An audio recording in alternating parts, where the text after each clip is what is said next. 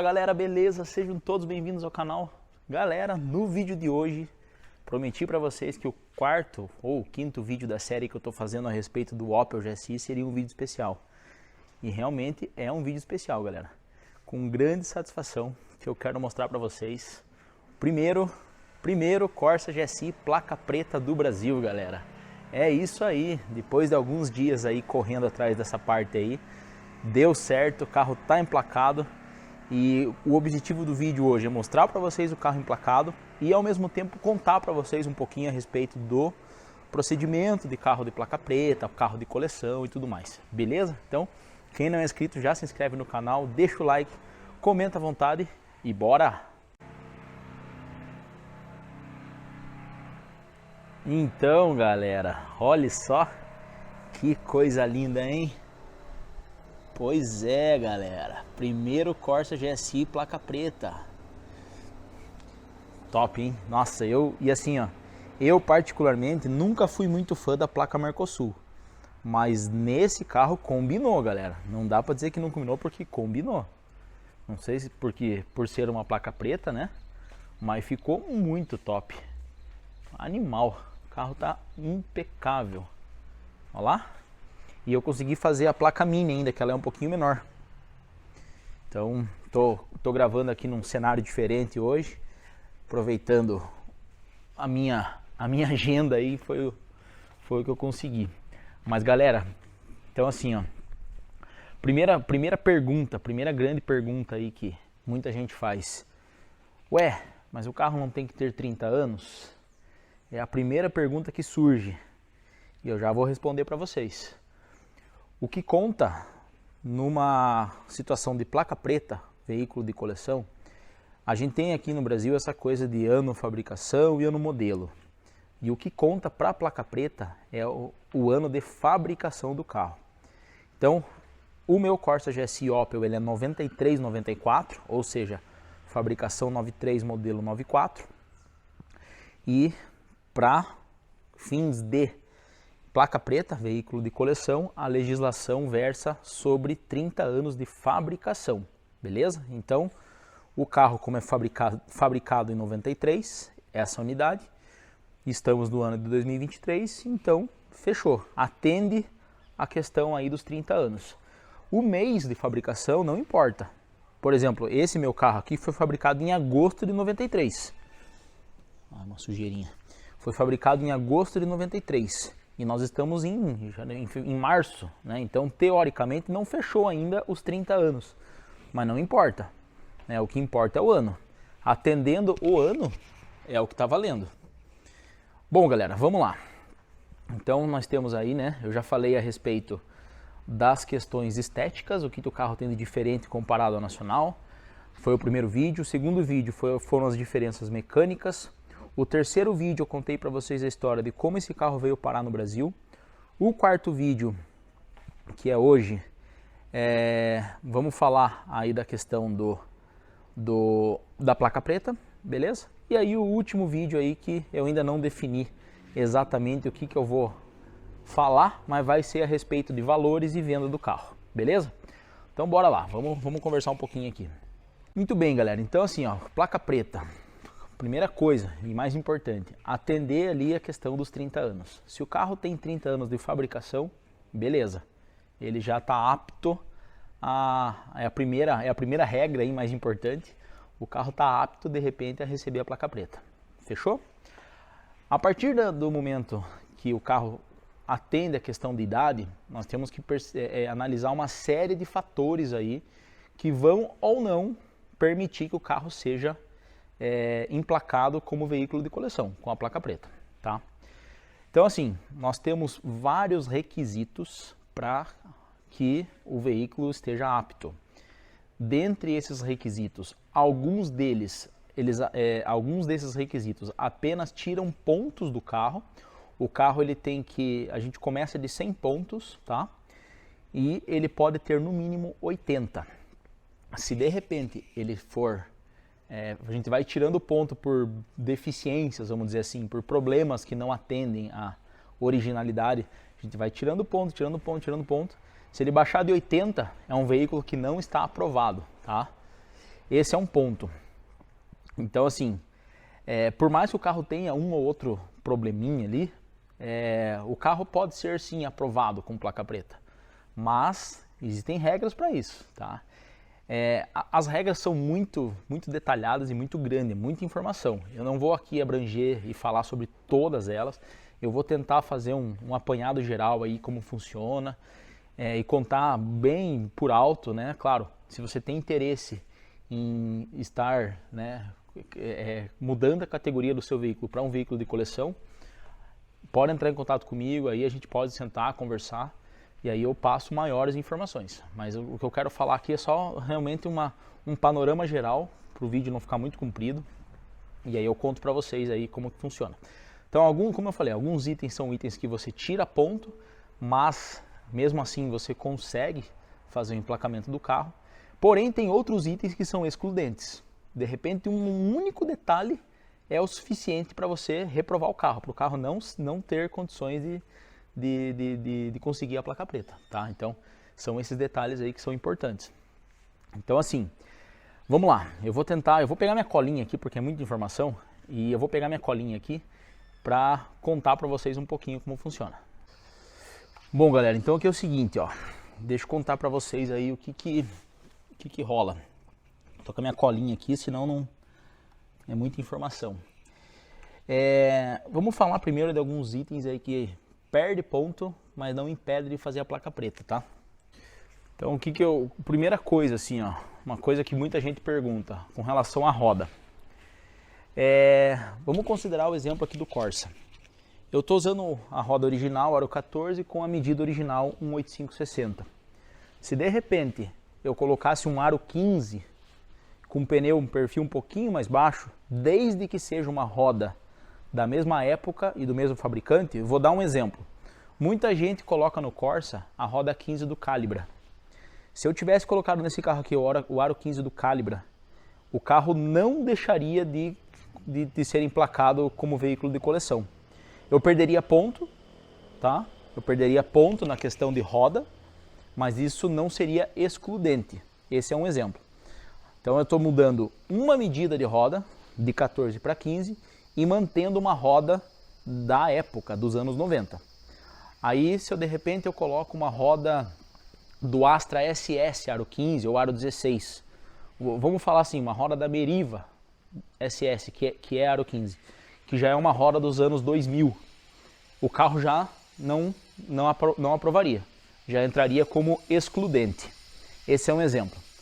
Um outro exemplo, repintura. Esse carro aqui foi restaurado. Uma repintura não impede, tá? Uma repintura não impede o carro de ser aprovado, tá? Então, uma repintura no mesmo padrão de fábrica, isso não é problema para a placa preta. Agora, se eu pego e faço a repintura do carro usando uma cor que não é da época, usando uma cor de outro fabricante, ou fazendo uns desenhos meio maluco, tribal, chama, fogo, não sei o que, já era. Isso é excludente, não passa. Outra questão, um carro carburado que eu resolvo mudar para injeção eletrônica. Isso também não passa, também é excludente. Então são diversos fatores aí que fazem com que o carro seja ou não aprovado. Então assim, eu estou contando bem por alto para vocês como que funciona. Suspensão. Suspensão rebaixada, galera, não passa em hipótese alguma, tá? Então suspensão rebaixada não aprova para o veículo de placa preta. Aí vocês vão perguntar, mas o carro tal, o fulano de tal fez, o fulano de tal... Assim, a regra é essa, né? Mas se alguém fez, ou depois de ter feito a placa, foi lá e rebaixou, aí é outra história, né? Tô contando como funciona a verdade. Então tô dando alguns exemplos para vocês entenderem. Agora vamos, tipo assim, o que perde ponto? Que inclusive eu não tenho problema nenhum em falar isso. Foi o que o meu carro perdeu ponto com relação a isso, e eu acho que é um dos maiores problemas do Corsa GSI, para-choque dianteiro. O meu para-choque dianteiro é um para-choque original recuperado, mas ele tem um pequeno desalinhamento aqui, ó. E infelizmente não tem muito o que fazer. É um problema crônico de GSI. Vou mostrar para vocês. Aqui, ó, ele tem um pequeno detalhe de alinhamento aqui.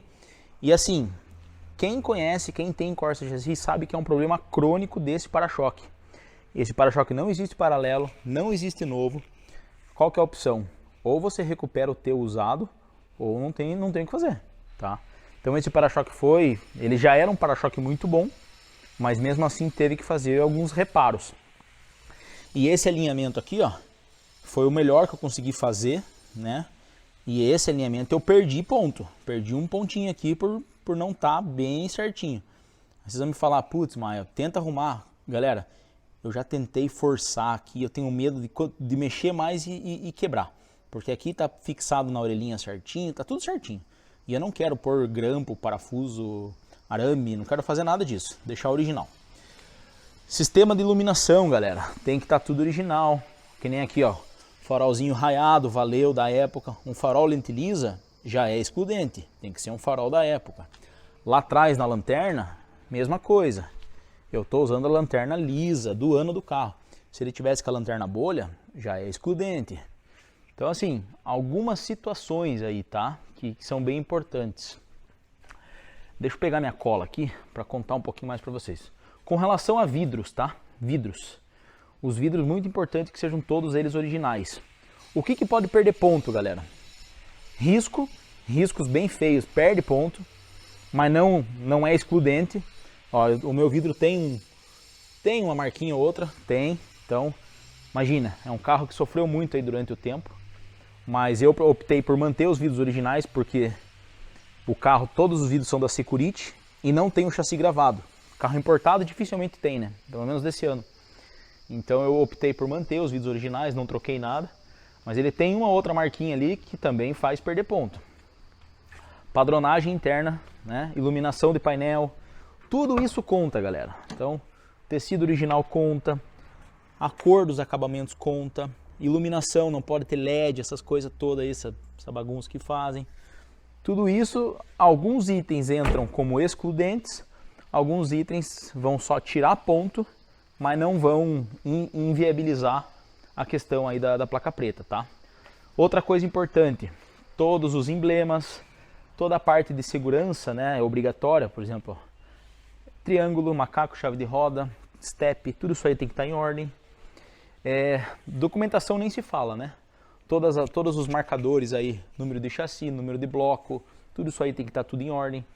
Eu tô falando assim, mais puxando pro lado do Corsa, e isso vale também para os anos 90 em geral, mas a gente sabe que carros mais antigos, isso muda um pouquinho, porque carros mais antigos aí às vezes não tem o número do bloco gravado, às vezes tem uma outra peculiaridade ali, né, que tem que tomar cuidado. Então, falando especificamente do Corsa, e mais aí abrangendo anos 90, as questões mais importantes são essas, saber que alguns itens são excludentes, outros itens são apenas passíveis de perder ponto, tá? Então, tudo tem um limite. Lembrando sempre que não dá para baixar de 800 pontos, beleza? Então, vamos lá. Vamos falar mais um pouquinho aqui, ó. O que mais que eu tenho aqui? Acessórios, galera. Acessórios. O que é excludente? Qualquer coisa de acessório que não foi originalmente fornecido pelo fabricante na época. Por exemplo,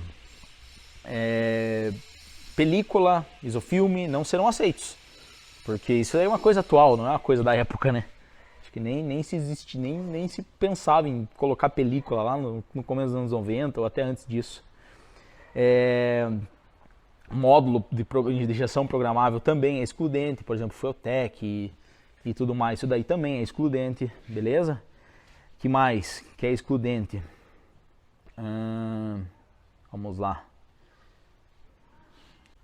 Outra coisa importante também com relação à mecânica é, por exemplo, bloco pintado ou não pintado.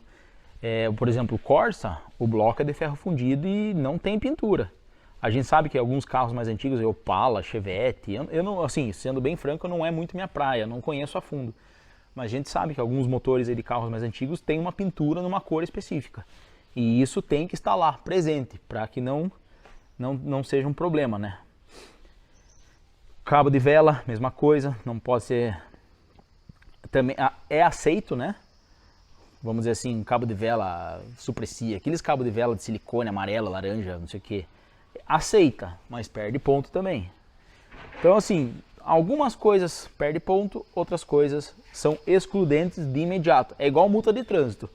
Algumas multas você pode ter 2, 3, você vai acumulando ponto. Outras multas, uma gravíssima, alguma coisa, você perde a carteira direto. Dá pra gente fazer uma analogia com isso. Algumas coisas são excludentes, igual uma multa gravíssima. Outras coisas você vai perdendo ponto até perder a carteira. Aqui no caso você vai perdendo ponto até não ser mais apto a conquistar a placa preta. Beleza? Então, falando por alto aí mais ou menos como funciona, tá? Aí assim, além do carro ter 30 anos de fabricação, o carro tem que atender essas características de originalidade, atender, né, questões aí sabendo que ele pode perder um ou outro ponto aí por alguma deficiência e sabendo que tem itens que é cartão vermelho na hora. Além dessas questões características do carro e as questões de idade, a gente tem que pensar também que tem questões administrativas, vamos dizer assim. O que entra nessas questões administrativas? Primeiro, o carro você tem que fazer parte de um clube reconhecido pela Federação Brasileira de Veículos Antigos, que é FBVA. Então, aí na tua cidade, no teu estado, tem vários clubes aí em diversos lugares. Aqui nesse instante eu quero já deixar meu agradecimento especial ao Clube do Puma, que foi, por intermédio do João Ferreroni, a pessoa responsável por me ajudar e fazer todos os trâmites aí, o laudo, toda a parte de documentação, emitir o certificado de originalidade. Então eu quero agradecer aqui publicamente ao pessoal do Puma Clube, agradecer publicamente ao João Ferreroni, que foi quem tornou tudo isso possível, quem viabilizou tudo isso, quem correu atrás, me ajudou. E então assim, João, abração, cara, você foi 10 aí, sabe que pode contar comigo aí quando precisar, né, nas questões aí de avaliação, pelo menos aí dos GE-90 aqui na minha região. Já aproveitando, galera, quem for de Curitiba e região e precisar de avaliação aí desses, principalmente dos GE-90 aí que estão chegando aí, Corsa, Vectra, Cadete e tudo mais, pode entrar em contato, a gente está fazendo esse trabalho aí de avaliação e tal, beleza? E aí assim, tem a questão, né, que você tem que estar afiliado a um clube, tem a questão que você tem que emitir esse laudo de originalidade por intermédio da Federação Brasileira de Veículos Antigos, né? Claro, tem aí também a participação do clube. Como eu falei, eu fiz tudo por intermédio do Puma Clube, lá de São Paulo. E você tendo esse certificado, esse laudo de originalidade em mãos, aí você vai direto no seu despachante ou direto no seu Detran aí da tua cidade. E aí você pede um procedimento normal de alteração de dados, né, alteração de características. Você vai mudar a categoria do carro, vai passar se não me engano, vai passar de particular para coleção. E a placa, né, que vai gerar a nova placa aí já no padrão de cor preta. Então são essas questões aí. Claro, tudo isso tem custo, né, galera? Tem custo do clube, tem custo do laudo do clube, tem custo do Detran, tem custo da placa. Dando um chute, tá? Fazendo um valor bem aproximado aí, aproximadamente hoje, contando tudo, aproximadamente R$1.200 mais ou menos, tá? Mais ou menos isso, contando tudo, placa, a parte do Detran e a parte do clube e da federação, tá? Então é mais ou menos isso, vai variar um pouquinho para mais ou para menos, beleza? Então é isso, galera, essa era a grande novidade que eu queria contar para vocês. O GSI está emplacado, plaquinha preta, originalidade. E galera, só o fato do carro estar com placa preta já valorizou alguns bons reais aí, hein? Vamos falar a verdade. Olha lá, ó. E eu consegui fazer a plaquinha mini, ela é um pouquinho menor, dá pra ver, né? Nossa, é muito top. E combinou com o carro, hein, galera? Vamos falar a verdade, combinou com o carro. Plaquinha preta, guardei as antigas, então quando eu for anunciar o carro e vender o carro, vou mandar as antigas junto pro comprador, mas isso é assunto para um próximo vídeo, galera. Aqui é o seguinte, galera. O que falta eu fazer no carro para dizer assim, tá 100% pronto? Falta eu trocar os 2 amortecedores dianteiros. Por quê? Porque quando eu montei o carro, eu comprei um par novo, original, COFAP. Pressurizado a gás, tudo como manda o figurino. Mas eu não gostei do comportamento do carro, acho que a frente está muito mole. E agora eu estou correndo atrás de comprar um parzinho de Monroe para fazer essa substituição. Eu acho que, teoricamente, né, o Monroe é um pouquinho mais firme que o COFAP, então vamos fazer essa troca. E aí tem um ou outro pequeno ajustezinho, um ou outro pequeno detalhe aí para eu dizer assim, o carro está pronto, beleza? Bom, o vídeo de hoje era sobre a placa preta, tá? Quem tiver curiosidade, quem tiver real interesse de repente estar fazendo esse procedimento, entre em contato, vou deixar meus contatos na descrição do vídeo. A minha ideia não era falar, né, ipsis literis, tudo que está nas regras de veículo placa preta, porque senão ia ficar um vídeo gigante. Eu quis dar só um apanhado geral, uma ideia de geral como funciona, tá? Só para vocês entenderem que existe essa questão, né, da pontuação e tudo mais. Tem que obedecer alguns critérios, então não é assim, fez 30 anos, placa preta, acabou. Não é assim, não é tão simples assim, beleza? Então a ideia aqui era realmente passar esse briefing geral aí. E aí, claro, tendo interesse, entre em contato e aí a gente conversa com mais calma, analisa e a gente pode prestar esse serviço aí. Valeu? Galera, então, mais um vídeo da série para vocês a respeito do Opel. No próximo vídeo, que talvez seja o último, eu já vou entrar diretamente na questão de valores. Eu vou fazer uma brincadeira com vocês, não uma brincadeira, eu vou fazer só uma curiosidade. Eu quero mostrar para vocês, atualizar para vocês o valor do carro lá na guia de importação, lá em 93, em dezembro de 93, quando esse carro veio para o Brasil. Então eu vou mostrar para vocês o valor que estava lá, não era nem real, em 93, né? O plano real começou em 94. Então eu vou mostrar para vocês o valor lá da guia de importação atualizado para os dias de hoje, né? Que valor seria esse? Aí eu quero contar para vocês sobre o valor do carro, né? Eu pretendo, sim, eu vou vender o carro, isso está certo, vou vender o carro. Já falei que não tem problema, né? Por um bem maior.